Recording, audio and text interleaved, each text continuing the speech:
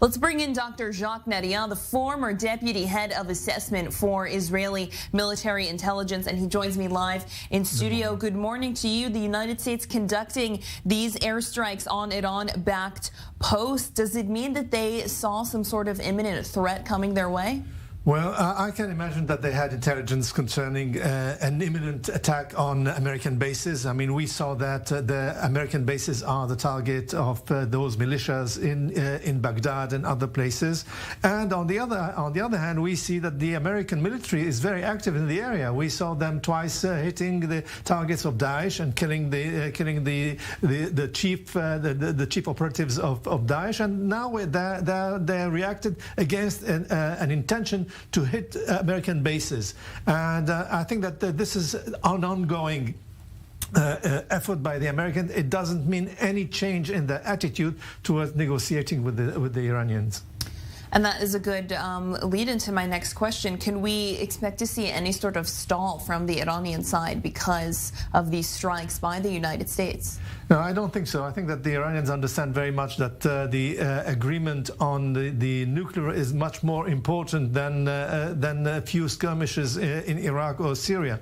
And I think that the main effort is to reach an agreement because the Iranians are about to receive, if this agreement is concluded, billions and billions of dollars, and that will just assist and help reconstruct Iran and renovate its economy and give the Iranian ayatollahs a tool for more influence in Lebanon, Syria, Iraq and Yemen.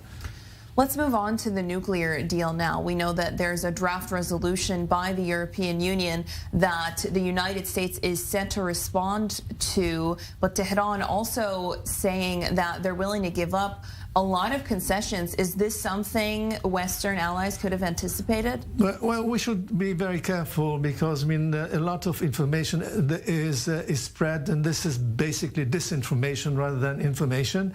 I think that we have to just sit and wait and see if the Americans will accept the last positions given by presented by the Iranians.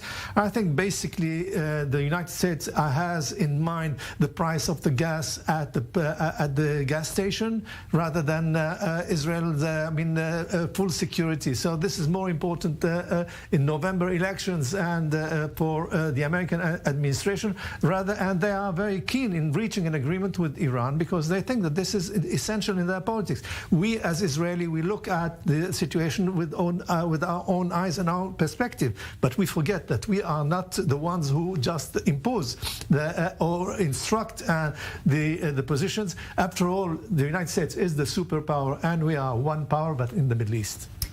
And what about Israel's reaction to a potential nuclear deal? It's been said that Israel the previous position has been they would rather have no deal than a deal that is bad in their opinion. But what in Israel's opinion is a bad deal? Well, a bad deal is a deal that will allow Iran to continue its effort to reach a nuclear bomb. And then this is not only this is within a few months, but the most important is to weaponize the nuclear device. And the weaponizing is putting it in a missile or a sort of projection. And this would take some time, maybe a year or two, but this would mean definitely a danger and threat for Israel. We saw a decade ago that Israel was ready to prepare itself to hit targets in Iran, and at the last moment they decided not to do so.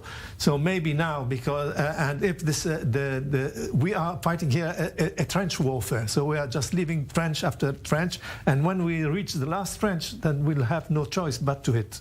We'll certainly see what the outcome is of all of this and from the negotiations in Vienna. Dr. Jacques Neriah, the former deputy head of assessment for the Israeli military intelligence. Thank you. Thank you.